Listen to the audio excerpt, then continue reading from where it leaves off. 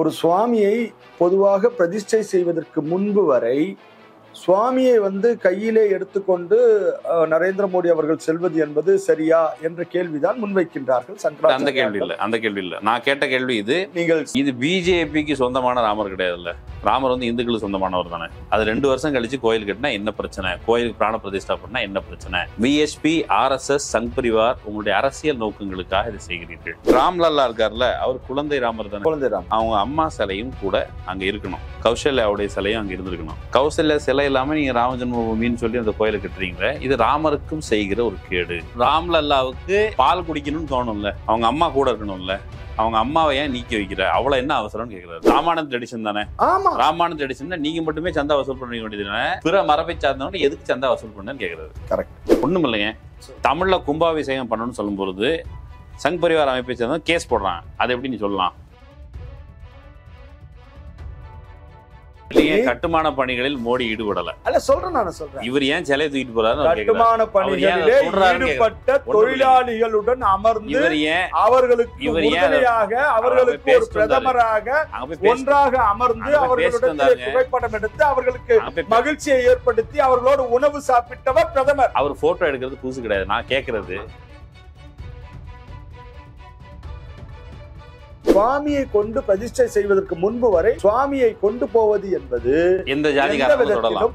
உள்ள வச்சதுக்கு பிறகு ஒரு குறிப்பிட்ட சாதியார் மட்டுமே தொடலாம் அப்படிங்கிற சாஸ்திரம். ராமரை தொட்டு அங்க உள்ள பூஜை பண்ண போறாருல சாஸ்திரப்படி, அவர் கண்டிப்பா உங்க ஜாதியும் இல்ல எங்க ஜாதியும் இல்ல. ரைட்டு தானே? சரி, ரைட்டு தானே? சரி, ஒத்துக்கிறீங்களா?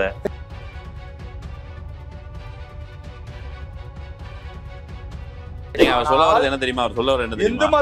RSSக்கு நான் புரிஞ்சுக்கிட்டது, RSSக்கு தேவை, சங் பரிவாருக்கு தேவைன்னா சாஸ்திர விரோதமா கூட போவாங்க, இல்லைன்னா சாஸ்திரங்கிற ஒண்ணு வைப்பாங்க. அப்படித்தானே? இந்த சங்கராச்சாரியார்கள் எல்லாம் சில பேரை அவர்களிடத்திலும் இந்த கம்யூனிஸ்ட் சித்தானை புகுந்திருக்குதோ, யார் இவங்கள்ட்ட கம்யூனிசமா என்னங்க? வேற வழி இல்லைங்க. ஏன்னா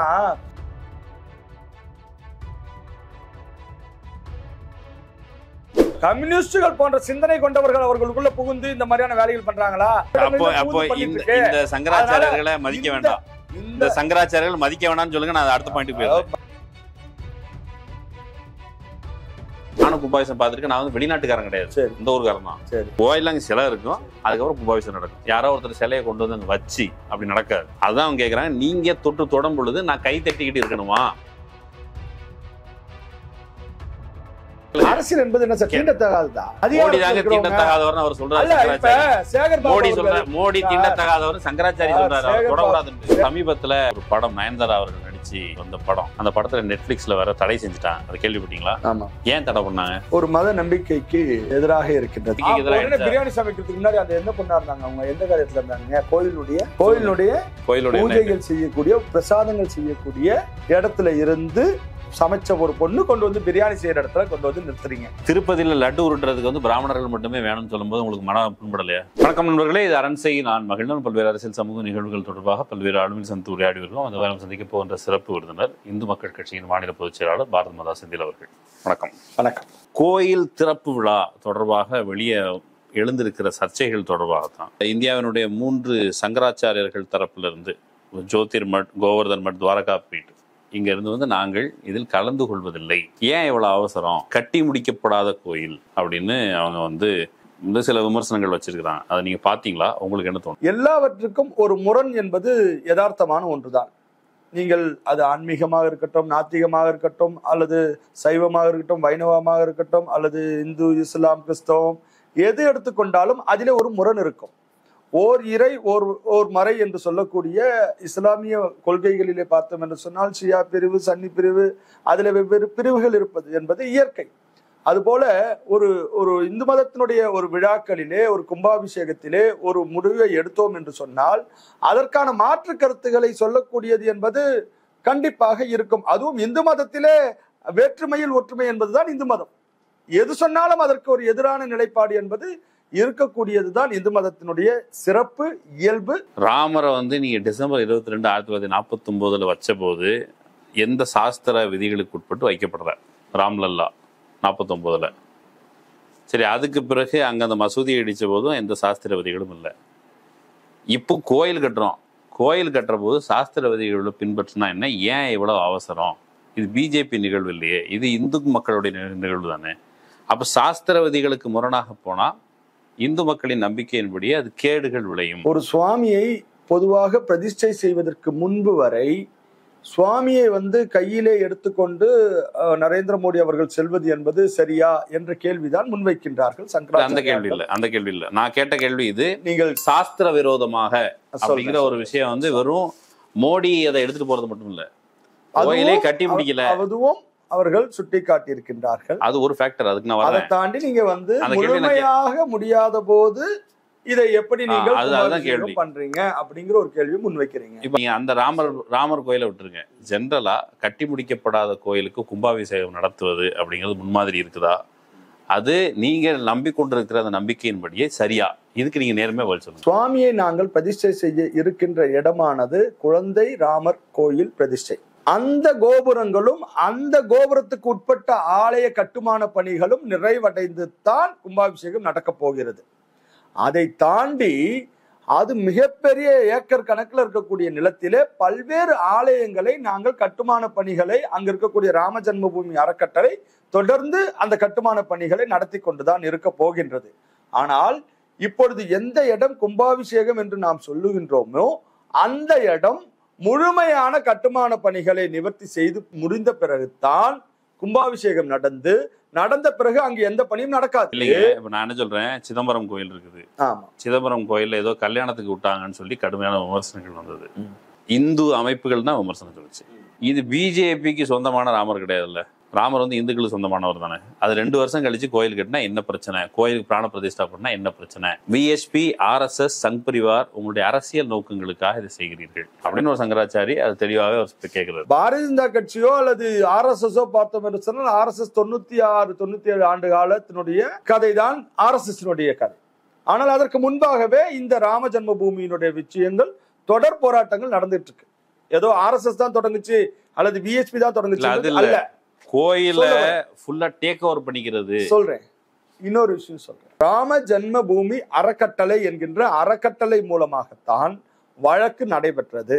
தீர்ப்பு வந்த பிறகும் அதற்கான கட்டுமான பணிகளை அந்த அறக்கட்டளை தான் முன்னெடுத்து கொண்டிருக்கின்றது. இந்த அறக்கட்டளைக்கும் RSSற்கும் எந்த விதமான சம்பந்தமும் கிடையாது. முதல்ல அதை நான் பதிவு செய்ய விரும்புகின்றேன். சங் பரிவார் கோயில் கட்டல, கட்டவே இல்லை. சங் பரிவார் கோயில் கட்டல, அது அந்த சங் பரிவார் கோயில் கட்டாத போது இந்தியா முழுக்க இந்துக்களுக்கு ஒரே விதமான சாஸ்திரம் தான். இப்போ சம்பத் ராய்ங்கிற நபர் இது ராமானந்த ட்ரெடிஷன் செக்ட் அவங்களுக்கு உரியதுதான் அப்படின்னு சொல்லும் பொழுது பல்வேறு சங்கராச்சாரியர்கள் அது ராமானந்த ட்ரெடிஷனுக்குள்ளதுதான், மற்ற இந்துக்கிட்ட என்ன வெங்காயத்துக்கு நீ காசு வாங்கினீங்க, சந்தா வாங்கினீங்கன்னு அவர் கேட்கிறாரு. ராமர் எல்லாருக்கும் போதுவார், ராமருக்கோ கோன் பராயாக அப்படின்னு கேட்கிறாரு. ராமருக்கு யார் அந்நியர்கள்? நீங்க ராமரை ஒரு செக்டுக்குள்ள கொண்டு போறது ஒரு பிரிவினைவாதம் பேசிட்டு இருக்கீங்க. அது மட்டும் இல்ல, நீங்க சொல்றீங்களா ட்ரஸ்ட், அதை பத்தி அவர் சொல்லும் பொழுது ராமானந்த் ட்ரெடிஷன் தான் உங்களுக்கு முக்கியம்னு சொன்னான். முதல்ல சம்பத் ராய் ராஜினாமா பண்ணும். இந்த கோரிக்கை அவர் பேசும் பொழுது RSS சங் பரிவார அமைப்புகள் வரல, உங்களுக்கு சாஸ்திரம் தான் முக்கியமான வரல. இன்னொன்னு, ராமானந்த் குழுவை சேர்ந்த நிர்மோகி அகாடாவை கடைசி வரை சேர்த்து கொள்ளாம சுப்ரீம் கோர்ட்டுக்கு போய் அதுக்கு பிறகு ட்ரஸ்ட்டுக்குள்ள சேர்த்தது மட்டும் இல்லாம அவரை ஒரு பிரசிடென்ட்ங்கிற முறையில கையெழுத்து போட அனுமதிக்கல. நீங்க RSS சங்கத்தை சேர்ந்த அனில் மிஸ்ராங்கிற நபர் தான் பிரசிடென்ட் முறையில் கையெழுத்து போட்டாரு. அப்ப RSS இன்ஃப்ளூயன்ஸ் இருக்குது. அதன் பொருட்டு தான் இப்பவும் நீங்க பண்ணிட்டு இருக்கீங்க. 2 வருஷம் கழிச்சு அதே சம்பத் ராய் என்ன சொல்றாருன்னா, 2 வருஷம் கழிச்சு தான் கோயில் முடியும், 18 மாசம் நான் நினைச்சோம், அது ஃபவுண்டேஷன் போடுறதுக்கே ஆயிடுச்சு. இப்போ வாட் இஸ் ஹரி? ராம்லல்லா இருக்காருல்ல, அவர் குழந்தை ராமர் தானே, குழந்தை ராமர் இது வரைக்கும் எங்கேயும் இல்லைல்ல. அப்போ ராம்லல்லா இருக்கும் பொழுது ராம்லல்லா அந்த இடத்துல நீங்க நேரடியா அவங்க அம்மா சிலையும் கூட அங்க இருக்கணும், கௌசல்யாவுடைய சிலையும் அங்க இருந்திருக்கணும். கௌசல்யா சிலை இல்லாம ராமரை மட்டும் அங்கு ராமர் உயிர்ப்போடு இருக்கிறார் அப்படின்னு நம்பினீங்கன்னா, கௌசல்யா சிலை இல்லாம நீங்க ராம ஜென்மபூமின்னு சொல்லி அந்த கோயிலை கட்டுறீங்களே, இது ராமருக்கும் செய்கிற ஒரு கேடு. இதுல நீங்க முரண்படுறீங்களா? ஒவ்வொருவர் ஒவ்வொரு கருத்துக்களை சொல்லிக் கொண்டே இருக்கலாம். இல்லைங்க, இந்த கருத்தை பத்தி நீங்க என்ன சொல்றேன்? இந்த கருத்தை பத்தி தான் நான் சொல்றேன். அவரும் இருக்க வேண்டும் என்பது அவர்களுடைய ஒரு கோரிக்கையாக வைக்கலாமே தவிர, ராம்லல்லாவுக்கு பால் குடிக்கணும்னு தோணும்ல, அவங்க அம்மா கூட இருக்கணும்ல, அவங்க அம்மாவை ஏன் நீக்கி வைக்கிற, அவ்வளவு என்ன அவசரம்னு கேட்கிறாரு. எப்படி ராமருக்கான பூஜைகள் செய்ய வேண்டுமோ அந்த விதிகளின் படித்தான் செய்ய வேண்டும் என்பதுதான் ராய் அவர்கள் சொல்லியிருக்கின்றார். நமக்கு தெரியும், வைணவத்தினுடைய முறைப்படி இருக்கக்கூடிய வழிபாட்டு முறை வேறு, சைவத்தின் வழிபாட்டு முறை என்பது வேறு. அவர் அந்த ராமருக்கான எப்படி வழிபாட்டு முறை இருக்கின்றதோ அந்த முறைப்படிதான் இருக்க வேண்டும் என்று சொன்ன உடனே இந்த சைவ வைணவ பிரச்சனையை உருவாக்கும் விதமாக எப்படி இந்த திராவிடர் கழகத்துடைய சிந்தனை கொண்டவர்கள் பேசுகிறாங்க. அவரு தாங்க பேசினாரு. சம்பத்ரா என்ன பேசுறாரு, சைவர்களோ சன்னியாசிகளோ சாக்த வழிபாட்டினரோ அவங்க வந்து இதுல தலையிடக்கூடாது அப்படின்னு. இப்ப வந்து இந்த குறிப்பிட்ட நேரம் நான் அதை தான் சொல்ல வரேன். ராமானந்த் ட்ரெடிஷன் தானே. ஆமா, ராமானந்த் ட்ரெடிஷன் நீங்க மட்டுமே சந்தா வசூல் பண்ண வேண்டியது தானே. பிற மரபை சார்ந்தவங்க எதுக்கு சந்தா வசூல் பண்ணு கேக்குறது. கரெக்ட். இஸ்லாமியர்கள் கூட இதற்கு உதவி பண்றாங்க, கிறிஸ்தவர்கள் கூட உதவி பண்றாங்க. எதுக்கு அவங்கள்ட்ட வாங்கினீங்கன்னு கேக்குறாரு. மசூதி கட்டுகின்றார்கள் என்று சொல்லி நான் ஒரு உதவி உடனே மசூதிக்கு நீங்க நான் ஒரு உதவி பண்றேங்க, ஏன் நான் பண்ணக்கூடாதா? பண்ணுங்க. இந்த ஒருத்தருக்கு நான் உதவி பண்றேன், அப்ப நான் சார்ந்திருக்கக்கூடிய அல்லது நான் சொல்லுகின்ற முறையிலே அவர்களுடைய வழிபாடு இருக்கணும்னு சொல்லி எந்த இஸ்லாமியரா ஏத்துக்க முடியுமா? ராமானந்த ட்ரெடிஷன் தான். ராமானந்த அந்த கலாச்சார பண்பாட்டின் அடிப்படையில் தான் அங்கு பூஜைகள் நடக்கும் என்பதிலே எந்த மாற்று கருத்தும் யாருக்கும் இல்லை. இப்ப வந்து இந்து தர்மத்தை பொறுத்தவரையில் குருவுக்குன்னு ஒரு ஸ்தானம் இருக்குது, நாட்டை ஆள்பவர்களுக்கு ஒரு ஸ்தானம் இருக்குது. நாட்டை ஆள்பவர்கள் இந்த மத குருமார் வேலையை எடுத்துக்க கூடாது, இது தப்பு. மோடி தன்னையே மத குருவாக அடையாளப்படுத்திக் கொள்கிறார். இப்ப இந்த சிலையை அவர் தான் எடுத்துட்டு போகணுமா? அது வந்து சாஸ்திர விரோதமானது. எப்படி நடந்தால் அந்த சிலையில் கடவுள் புக மாட்டார், அங்க சைத்தான் வரும், பேய் வரும் அப்படின்னு ஒரு சங்கராச்சாரியா சொல்றார். ஒண்ணும் இல்லைங்க, தமிழ்ல கும்பாபிஷேகம் பண்ணணும்னு சொல்லும் பொழுது சங் பரிவார் அமைப்பை சேர்ந்தவங்க கேஸ் போடுறாங்க. அது எப்படி நீ சொல்லலாம்? நீங்க சொல்றது சிவாச்சாரியார்கள் நம்ம தஞ்சை பெரிய கோயிலினுடைய அங்க தமிழ் முறைப்படி பண்ணணும்ன்றத சொல்றது வந்து அதற்கும் RSS சங் பரிவாருக்கும் எந்த சம்பந்தமும் இல்லை. நீங்க உடனே அதை கொண்டு வந்து சங் பரிவார்ல கோத்து விட. சரி, ஊருக்கு தெரியும், ஊருக்கு தெரியும், உலகத்துக்கும் தெரியும். தமிழ்ல கும்பாபிஷேகம் பண்ணணும்னு சொன்னா உடனே ஓடி வர்றவங்க இந்த குறிப்பிட்ட விவகாரத்துல மோடிக்கு சாஸ்திர ரீதியாக அவருக்கு உரிமை உண்டா? இதுல நீங்க ராமானந்த் ட்ரெடிஷனை சார்ந்தவர் அவரு. இதனால சாஸ்திர விரோதம் இருக்கிறது என்பதுதான் அவர் சொல்றதா நீங்க சொல்றீங்க. அந்த விரோதம் இருக்கா இல்லையா? அது இருக்கானா? இல்ல. எப்படி இல்ல அப்படின்னா, ஒரு கோயிலை கற்றும் ஆகம விதிகளுக்கு உட்பட்டு எல்லா சாதிகாரங்களும் சேர்ந்து கட்டுறாங்க. அதுல எல்லா மதத்தை சார்ந்தவர்கள் கூட அங்கு கண்டிப்பாக கட்டுமான பணியிலே இருந்திருப்பார்கள், இருக்கிறதுக்கான வாய்ப்புகள் அதிகம். அப்ப ஒரு கட்டுமான பணி நடந்துட்டு இருக்கும் போது எல்லா விதிங்க மூலஸ்தானத்துக்குள்ள எல்லோரும் சேர்ந்து ஒவ்வொரு பணிகளை செய்து கொண்டுதான் இருப்பார்கள். அது சாஸ்திரத்தினுடைய விதிகளுக்கு முரணா என்று சொன்னால் அவர்கள் உள்ள போய் வேலை செய்யலாமா அல்லது அவர்கள் உள்ள அந்த கட்டுமான பணியில ஈடுபடலாமா என்பதெல்லாம் சாஸ்திரத்துக்கு எதிரானதல்ல.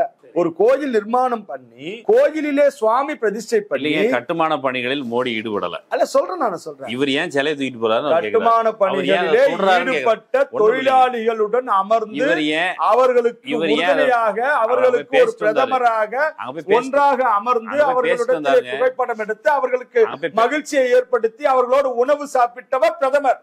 நீங்க எதுவுமே பண்ணலன்னு நீங்க சொல்ல வேண்டியது இல்ல. அவர் போட்டோ எடுக்கிறது புதுசு கிடையாது. போட்டோ எடுக்கிறது புதுசு இல்லன்னா அவரிடம் போட்டோ எடுக்கிறதுக்கு லட்சக்கணக்கான பேர் இருக்காங்க. மோடி கிட்ட லட்சக்கணக்கான பேர் காத்துட்டு இருக்காங்க. முக்கியமான விஷயம் என்னன்னா அவர் ஏன் சிலையை தூக்கிட்டு போறாரு, அவர் ஏன் சிலையை தொடராருன்னு கேக்குறாங்க. நிச்சயமா பிரதிஷ்டை பண்ணதுக்கு அப்புறமாக அதற்கான விதிமுறைகள் படி மூலஸ்தானத்திற்குள்ள பூஜை செய்யக்கூடியவர்கள் தான் பூஜை செய்ய வேண்டும்.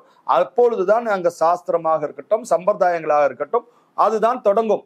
அதற்கு முன்பு வரை சுவாமியை கொண்டு பிரதிஷ்டை செய்வதற்கு முன்பு வரை சுவாமியை கொண்டு போவது என்பது எந்த ஜாதிகாரங்களும் உள்ள வச்சதுக்கு பிறகு ஒரு குறிப்பிட்ட சாதியார் மட்டுமே தொடலாம். குறிப்பிட்ட சாதியினர் அல்ல, அர்ச்சகர்கள் அர்ச்சகர்களை தேர்ந்தெடுத்திருக்கின்றார்கள். ராமரை தொட்டு அங்க உள்ள பூஜை பண்ண போறாருல சாஸ்திரப்படி, அவர் கண்டிப்பா உங்க ஜாதியும் இல்ல இங்க என் ஜாதியும் இல்ல. ரைட்டு தானே? சரி, ரைட்டு தானே? சரி, ஒத்துக்கிறீங்களா? ஆகம விதிகளின் படி பாடசாலையில படித்தவர். சரிங்க, அது உங்க ஜாதியிலயும் ஒருத்தர் படிச்சுக்க மாட்டார், என் ஜாதியிலும் படிச்சுக்க மாட்டார். படிக்கணுங்க, படிக்கலாங்க. அதாவது உங்க ஜாதியில இருந்து யாராவது படிச்சு அங்க போயிடலாம், படிக்கலாம், ராமரை தொட்டு வணங்கலாம். அதுதான் சாஸ்திர விரோதம் சங்கராச்சாரியர் சொல்றாங்க. மோடி அந்த சிலையை தொடக்கூடாதுன்னு சொல்றதுக்கு பின்னால இருக்குது என்ன? அது சாதியா இல்லையா? கண்டிப்பாக சங்கராச்சாரியார்கள் சாதி வரியோட பேசுறாங்க. அதாவது அவர் அதற்கான முழுமையான விளக்கத்தை கொடுக்கணும். சங்கராச்சாரியார்கள் மோடி அவர்கள் கொண்டு செல்வதிலே சாஸ்திர விரோதம் என்று சொல்லுகிறாரே தவிர அதுல சாதி விரோதம் இருக்கிறதா சொன்னாரான்னு எனக்கு தெரியல. அந்த பூஜாரிகளோட வேலை அப்படிங்கிற வேலை வந்து நம்ம இந்து சமூகத்தை பொறுத்த அளவுக்கு அது பிராமணர்களுக்கு என பிராமணர்கள்லாம் கிடையாது சார். அவர் சொல்றாரு வந்து பிராமணர்கள் எவ்வளவு நீங்க இப்ப சங்கராச்சாரியார இந்த சமூகத்தை பொறுத்த அளவுக்கு அவருக்கு ஒரு பொசிஷன் இருக்கா இல்லையா? பூரி சங்கராச்சாரியார் அவருக்கு சொசைட்டில ஒரு பதவி ஒரு பொறுப்பு உண்டா இல்லையா? மரியாதை உண்டு, நீங்க அவரை மதிக்கிறீங்க. கண்டிப்பா இந்த கருத்தை பொறுத்த மட்டில் உங்களுக்கு அவர் மத்திய இருக்கிற மதிப்பீடு என்ன சொல்றாரு? இப்படி பக்தி ஸ்தல்கோ போகஸ்தல் பனாதியா அப்படின்னு சொல்றாரு. பக்தி ஸ்தலத்தை கேளிக்கை ஸ்தலமாக மாற்றிக் கொண்டிருக்கிறார்கள் அரசியல்வாதிகள் இவர்களுடைய நோக்கங்களுக்காக அப்படின்னு சொல்றாரு. அவர் இன்னொன்று என்ன சொல்றாரு, இதுல அவர் ஏற்கனவே சொன்னது கண்டிப்பாக அழிவு ஏற்படும், உங்களுக்கு நாங்க சொல்றது உங்களுக்கு புரியல, மோடியின் மீது அக்கறையோடு சொல்கிறோம், நீங்கள் செய்கிற இந்த காரியத்தின் காரணமாக இது உங்களுடைய தனிப்பட்ட வாரம் கிடையாது, இதுல இந்தியாவுக்கு எல்லா இந்துக்களும் சம்மந்தப்பட்டிருக்காங்க, சாஸ்திர விரோதமா ஏதாவது பண்ணி கேடு வந்தா இந்தியாவில் இருக்க எல்லா இந்துக்களுக்கும் தான் அது கேடு விளையும், அழிவு ஏற்படும் அப்படின்னு சொல்றாங்க. இப்ப இதை இல்ல புறக்கணிக்கணும், சங்கராச்சாரியர்கள் சொல்லதான் எதுங்க கேட்கணும் அப்படின்னு நீங்க சொல்றீங்களா? இந்த 3 சங்கராச்சாரியார்களை தவிர எத்தனையோ சிவாச்சாரியார்கள், எத்தனையோ வைணவத்தினுடைய பெரியவர்கள் எல்லாம் இதை ஏற்றிருக்கின்றார்கள். இவங்களுடைய பொசிஷன் என்னங்க? இவர்கள் நான் சொல்றேன், நீங்க எப்படி சொல்லிருங்க, இவங்க யாருங்க, இவங்க பேசலாம் எதுங்க கேட்க? அவர்களுடைய கருத்தை அவர்கள் சொல்வதற்கு முழு உரிமை. இவங்க யாரு? ஆனால் இந்து மதத்திலே இவர்கள் இந்த சங்கராச்சாரியார்கள் மட்டும் பொசிஷன் என்னன்னு கேக்குறேன்.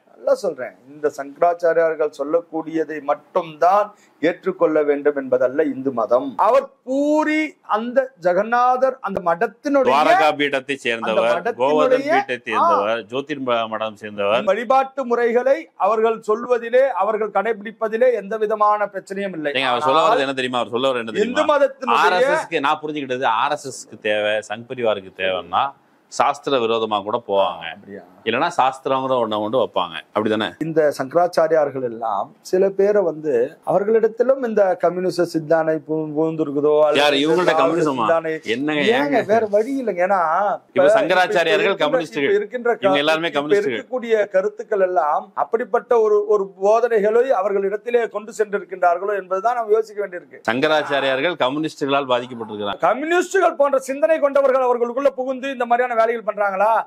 அப்போ இந்த சங்கராச்சாரியர்களை மதிக்க வேண்டாம், இந்த சங்கராச்சாரியர்கள் மதிக்க வேண்டாம்னு சொல்லுங்க. நான் அடுத்த பாயிண்ட் போயிடுறேன். மதிக்க வேண்டாம் என்று நான் என்றைக்கும் சொல்ல மாட்டேன்.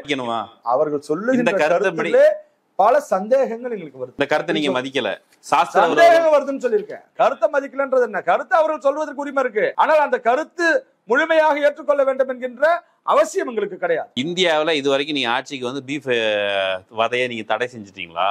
ராமர் முதல்ல அவதாரமா வரும் பொழுது அவர் பசுவின் ரூபத்தில் வந்தார், பசுவாகவே வந்தார்.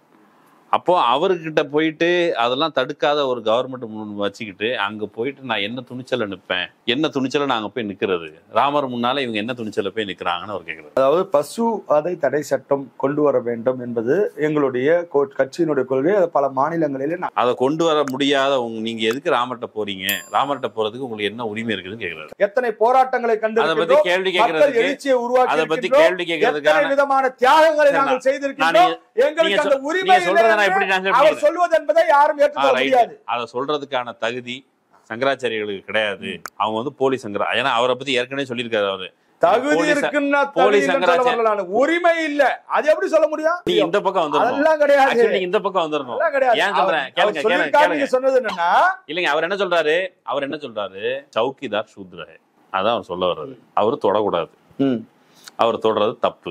ராமானந்த் ட்ரெடிஷன் சொன்னாலும் ராமானந்த் ட்ரெடிஷனை பத்தி புக்ஸ் இருக்குது, அதுலயும் பிரார்ப்பணர்கள் தான் அங்க போய் அதை தொடணும் இப்படின்னு இருக்கு. அப்படி இருக்கும் பொழுது இவர் நேரடியா இது வந்திருக்குது.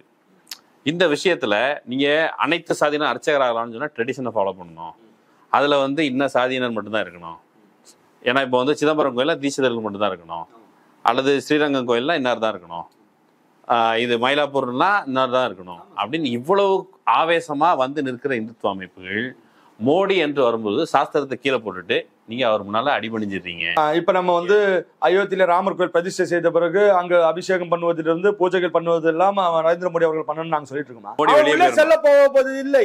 இப்படி ஆர்டர் அப்படி இருக்கும்போது எந்த சாஸ்திரங்களும் ஆகமங்களும் முரணாக நடைபெறவில்லை என்பதுதான் நான் தெளிவு. நீங்க அவருக்கு என்ன சொல்றீங்க சங்கராச்சாரியா இருக்குன்னா, பாருங்கப்பா, அவரு சிலை எடுத்துட்டு போறாரு. ஆமா, சிலை எடுத்துட்டு போறது வரைக்கும் அது சக்தி எல்லாம் வரல.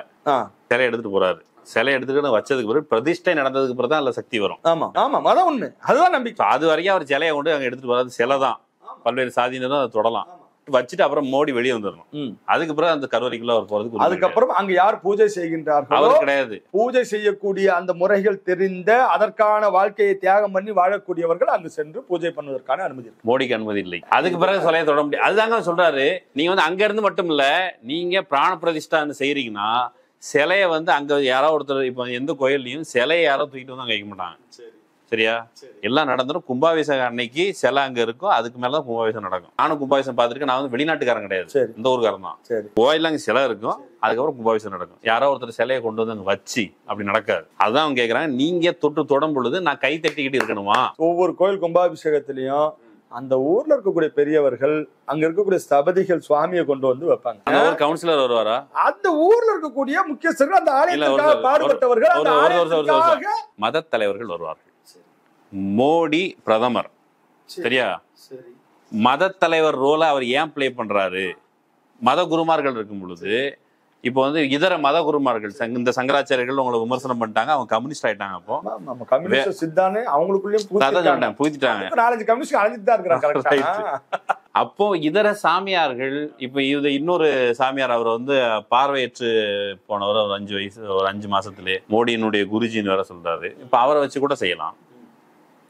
ஏன் மோடிக்கு வந்து தன்னை ஒரு மத குருவாக அறிவித்துக் கொள்ளும் ஒரு ஆர்வம் இருக்கிறது.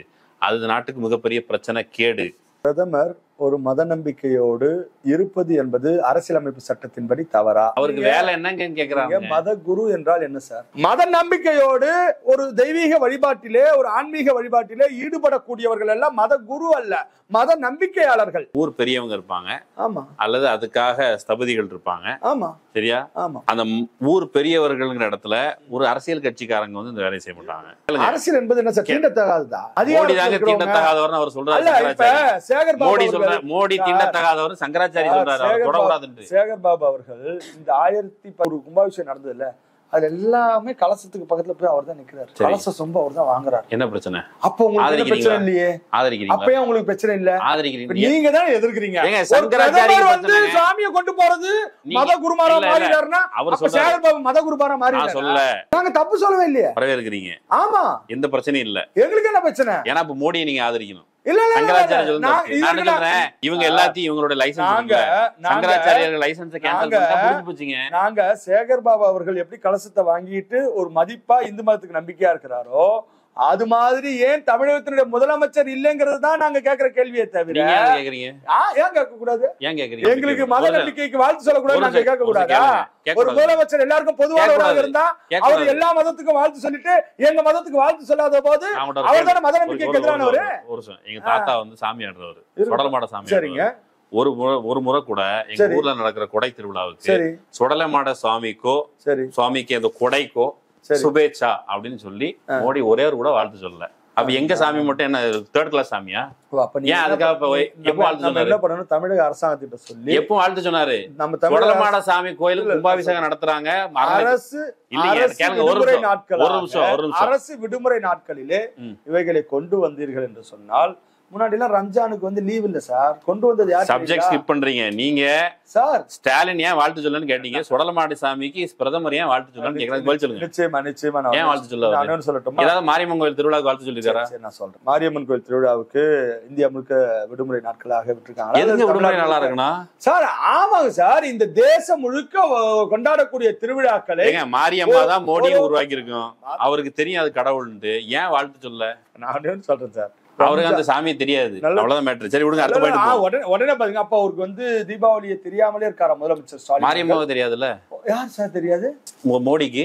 மோடி அன்னைக்கு லீவா சார்? அன்னைக்கு எதுக்குங்க லீவ் நாள்லதான் லீவ் இருந்தா சாமியை எடுத்துப்பீங்க. ஒரு சில கேளுங்க, நான் என்ன சொல்றேன், உங்களுக்கு தார்மீகமாக முதலமைச்சர் எங்க கோயில் திருவிழா சார்? சுடலமாட சாமி கோயில் திருவிழாவுக்கு மோடியே கேளுங்க ஒரு பாயிண்ட் அதெல்லாம் விட முடியாது.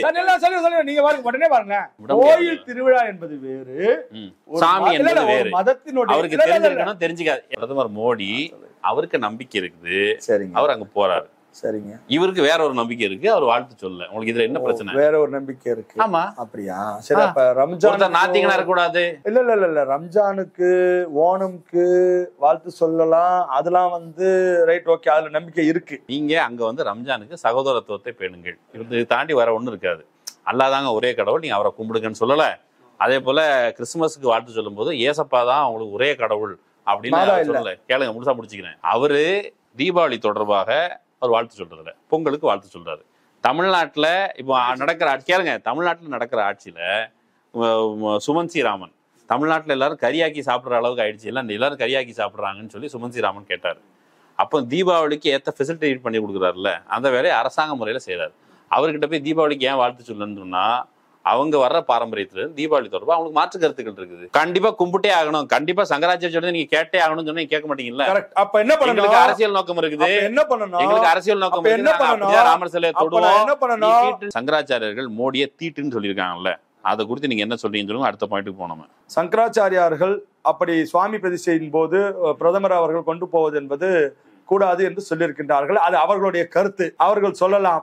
அதை தாண்டி இந்து மதம் என்பது ஒரு குறிப்பிட்ட ஒரு சங்கராச்சாரியாருக்கோ அல்லது ஒரு குறிப்பிட்ட மடங்களுக்கோ, குறிப்பிட்ட மோடிக்கோ யோகியோ கட்டுப்பட்டது கிடையாது. ரைட். ஆமாம், நாளைக்கு மோடி அவர்கள் இருக்கின்றார், நாளைக்கு வேறு ஒரு இந்து மதம் என்பது பறந்து விரிந்தது, பல்வேறு கருத்துக்களை கொண்டது. சரி. இன்னொரு விஷயம், சமீபத்துல ஒரு படம் நயன்தாரா அவர்கள் நடிச்சு வந்த படம், அந்த படத்துல நெட்ஃபிளிக்ஸ்ல வேற தடை செஞ்சுட்டாங்க. அதை கேள்விப்பட்டீங்களா? ஆமா. ஏன் தடை பண்ணாங்க? ஒரு மத நம்பிக்கைக்கு எதிராக இருக்கின்றது. என்ன மத நம்பிக்கை?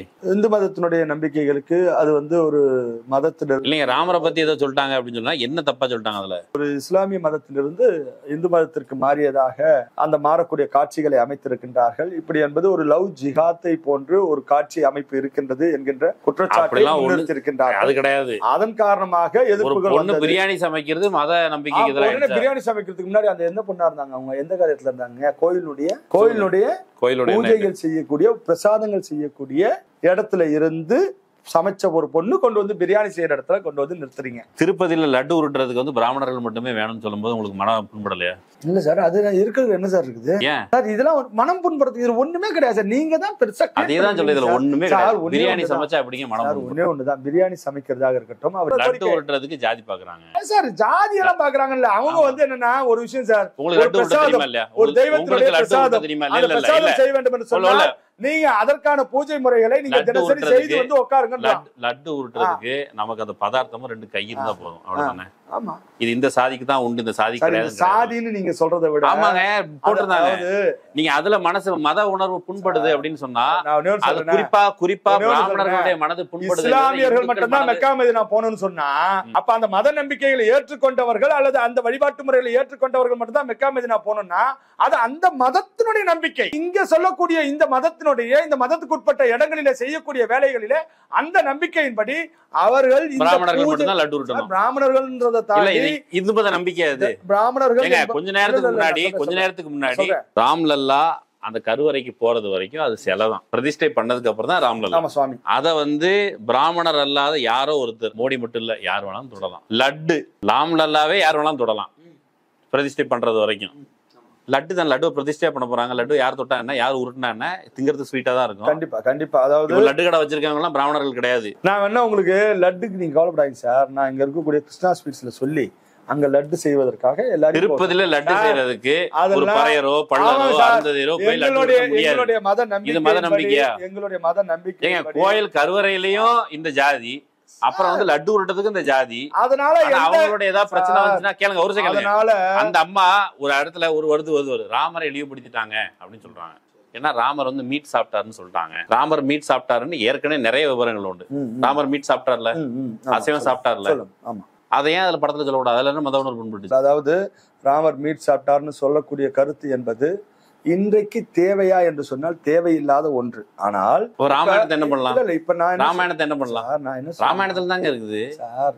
அதாவது சொல்ல வேண்டிய அவசியமே கிடையாது. வேண்டும் என்று அதனால மட்டுமல்ல, நான் உன்கிட்ட தெரிஞ்சுக்கிறது கேக்குறேன். அதனால மட்டும் உடனே அந்த கருத்துக்காகவே மட்டுமே அதை எதிர்க்க கேளுங்க. ராமர் சாப்டர் 34ல இருக்குது. 34ல 39th அந்த ஸ்லோகம் அதுல இது இருக்குது. உத்தரகாண்டத்துல இருக்குது. இப்ப இதுல அவர் மாமிசம் சாப்பிட்டாரு அப்படிங்கிறதோ, அதுக்கு பிறகும் கூட துஷ்யந்த் ஸ்ரீதர்னு ஒருத்தர் அவர் இப்ப தொடர்ச்சியா பேசிட்டு இருக்காரு. ராமர் அசைவம் சாப்பிட்டாருன்னு ஒத்துக்காதவங்க எல்லாம் அவங்களுக்கு வேதம் பற்றி அதை பத்தி விவரம் தெரியலங்கிறாரு. இன்னொரு மட்டும் சொல்லல, அவரு அந்த ஸ்லோகத்தை போய் எடுத்து பார்த்தா லக்ஷ்மணன் இருக்காருல்ல, லக்ஷ்மணன் போயிட்டு ஒரு இடத்துல ராமர் சொல்ல கருப்பு மான்களை அடிச்சு எடுத்துட்டு வான்னு சொல்றாரு. இன்னொரு இடத்துல சாப்டர் 55 அதுல நான் தான் சொல்றேனே 2 மான்களை அடிச்சு சாப்பிட்டாங்கன்னு இருக்குது. இதை சொல்றதுனால என்ன பிரச்சனை வந்துட போகுது? திடீர்னு மத உணர்வுங்கிறீங்க, நெட்ஃபிளிக்ஸ்ல இருந்து ஒரு வீடியோ தூக்கணுங்கிறீங்க. நாம ராமருடைய அந்த வழிபாட்டு அதை பின்பற்றக்கூடிய அந்த வாழ்க்கை முறையில இருக்கக்கூடிய நாங்க என்ன சொல்றோம்னா, ராமனுடைய பக்தி, ராமனுடைய செயல்கள், ராமனுடைய ஏகபத்தின விரதம், இது மாதிரியான விஷயங்கள் எல்லாம் சொல்லுங்க, அதை பற்றி ஒன்றும் தப்பு கிடையாது. அதே சமயத்துல ராமர் வந்து மாமிசம் சாப்பிட்டாரா என்று சொன்னால் அவர் இருந்த இடம் என்ன இடம் என்று சொன்னால் போர் செய்யக்கூடிய ஒரு போர் வீரனாக, ஒரு மன்னனாக, ஒரு அரசனாக, இல்ல சொல்றேன், அரசனாக இருக்கக்கூடியவர்கள் அப்படி சாப்பிடுவது என்பது தவறே கிடையாது. இன்றைக்கு உதாரணத்துக்கு நான் சொல்றேன், இந்த திராவிட மாடல் அரசாங்கம் டாஸ்மாக்குகளை வைத்து அப்பாவி மக்களை, ஏழை எளிய மக்களை, கூலி தொழிலாளிகளை குடிக்க வைக்குது பாத்தீங்களா? இங்க இது தப்பு. உங்களுக்கு ஒரு பாரம்பரியம் இருக்குதா சொல்றீங்க? தொன்று தொட்டு வருகிற பாரம்பரியம், அந்த பாரம்பரியத்துல குடிக்கிறது இருக்குது. அன்னைக்கு திராவிட அரசியல் குடிக்க சொல்ல. குடி என்னைக்குமே தப்பு தான் சார். அப்பன் குடிச்சாலும் தப்பு, தாத்தன் குடிச்சாலும் தப்பு, பேரன் குடிச்சாலும் தப்பு, எவன் குடிச்சாலும் தப்பு, யார் குடிச்சாலும் தப்பு. ராமர் குடிச்சாருன்னு இருக்கா? இருக்குது. என்ன குடிச்சாருன்னு இருக்கு சார்? அது வைன் மாதிரி ஏதோ குடிச்சிருப்பாரு. அது நீங்க இன்னைக்கு இருக்க வைன் அன்னைக்கு எப்பெல்லாம் மேட்ச் பண்றீங்க? அவ்வளவுதாங்க சார். இப்போ போய் அன்னைக்கு டாஸ்மாகா இருந்திருக்கு கேளுங்க. யார் குடிச்சாலும் தப்பு, அதை ஒத்துக்கிறேன். யார் குடிச்சாலும் தப்பு. மாமிசம் சாப்பிட்டாருன்னு சொன்னா ஏதோ ஒரு புக்ல இருக்க வேர்ஸ சொன்னா உடனே அதுக்கு வந்து மத உணர்வு புண்படுறது தப்பு. இப்படி நிறைய தப்புகள் இருக்குது. ராமருடைய கும்பாபிஷேகம் மிக சிறப்பாக நடக்க இருக்கின்றது. அது அனைத்து விதமான மக்களும் கலந்து கொள்ள வேண்டும் என்பதை இந்த ஒரு வீடியோவின் மூலமாக அழைப்பு கொடுக்கின்றேன். ஜெய் ஸ்ரீராம். நன்றி, வணக்கம். அந்த சங்கராச்சாரியர்கள் குறித்து இந்துத்துவ அமைப்புகள் ஒரு தீர்க்கமான முடிவெடுத்து என்னைக்காவது பேசுவாங்க அப்படிங்கிற எதிர்பார்ப்போட நான் நிறைவு செய்தேன். ரொம்ப நன்றி. சங்கராச்சாரியார்களும் கலந்து கொள்ள வேண்டும் என்பது என்னுடைய மாட்டேன்ட்டாங்க. சாஸ்திர விரோதம் சொல்லிட்டாங்க. காலங்கள் இருக்கின்றது, நேரங்கள் இருக்கின்றது, மாற்றங்கள் வரும். ரைட் வருதான்னு பார்க்கலாம். இன்னொரு வாய்ப்புல சந்திப்போம். ரொம்ப நன்றி. அரண்சை நண்பர்களுக்கு வணக்கம். அரண்சை ஊடகம் சுயேட்சையாக இயங்குவதற்காகவே உருவாக்கப்பட்டது. நாம் செய்கிற வேலை உண்மையிலேயே மக்களுக்காக செய்கிறோம் என்பதை நீங்கள் நம்பினால், வாய்ப்பு இருந்தால் இந்த ரேசர் பே QR கோடுக்குள்ளே நீங்கள் வந்து அதை ஸ்கேன் பண்ணி எங்களுக்கு உங்களால் இயன்றதை, விருப்பம் இருந்தால் ஆதரவு தெரிவிக்கலாம்.